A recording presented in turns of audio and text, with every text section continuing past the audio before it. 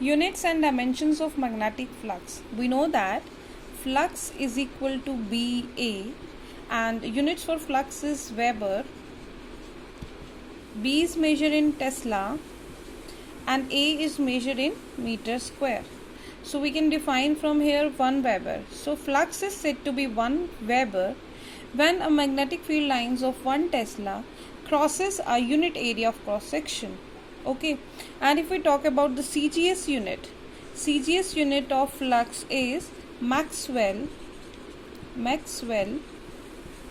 and 1 Weber is equal to 10 raised to power 8 Maxwell.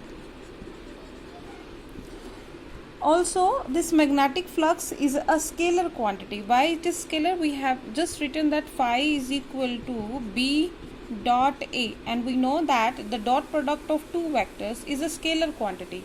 So flux is a scalar quantity, and if we want to write the dimensions of this magnetic flux, so we'll write that flux can be written as B A cos of theta.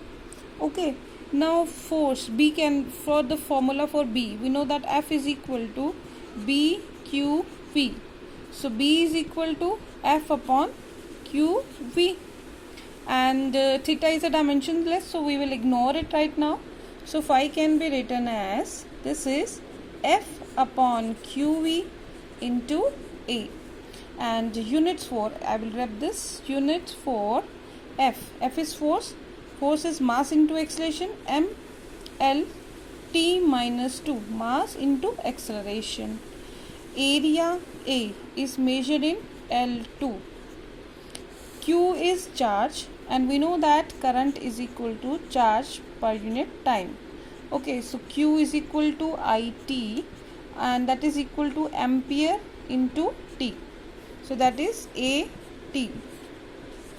V is velocity, LT minus 1. Okay, now we will solve it. This will be M. This cell will be cancelled out with this cell, and this T will be cancelled out with this T. So we're left with M L2 T minus 2 into A minus 1. So this is the dimension formula for the flux. Now first one unit we have just written here is Weber. Another unit we can derive from this. You can see that mL2 T minus 2 is the unit for energy, and energy is measured in joule. So from this we can find that another unit is joule per ampere.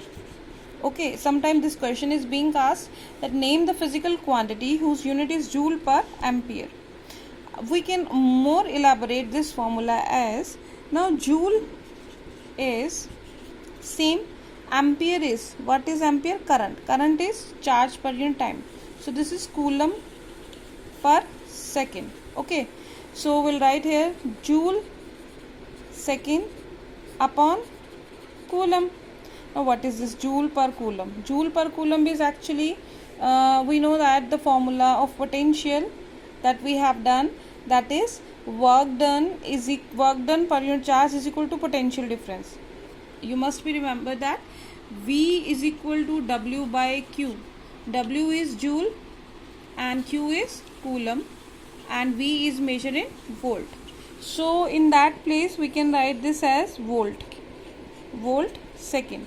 So another unit for the flux is volt second. So one is joule per ampere, one is Weber. Okay, so 3 units for flux can be written as, first unit which is Weber, second unit joule per ampere, and third unit is volt second. So these are the 3 units which represent the units for the flux.